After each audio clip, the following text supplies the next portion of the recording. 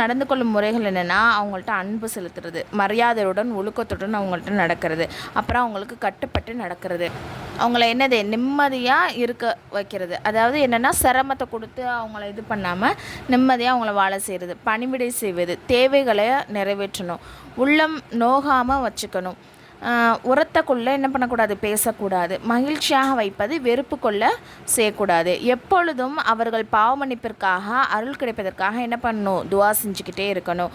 பெற்றோர் நண்பர்கள்ட்டையும் நம்ம என்ன பண்ணிக்கணும், நல்ல முறையில் நடந்துக்கணும். பெற்றோருக்கு மட்டும் இந்த எல்லாமே கிடையாது, அவங்களுடைய நண்பர்கள்ட்டையும் நம்ம நல்லபடியாக நடந்துக்கணும்.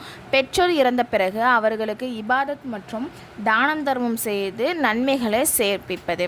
பெற்றோர்கள் ஏதாவது கடனை விட்டு போயிருந்தாங்க அல்லது வசியத்தை ஏதாவது செஞ்சுருந்தாங்க அப்படின்னு சொன்னால் அதை என்ன பண்ணணும், நிறைவேற்றி வைக்கணும். இந்த படத்தோடைய கொஷின் பெற்றோர் சம்பந்தமாக வந்துள்ள சில ஆயத்துக்கள் ஹதீஸ்களை கூறுக. பெற்றோரின் கடமை.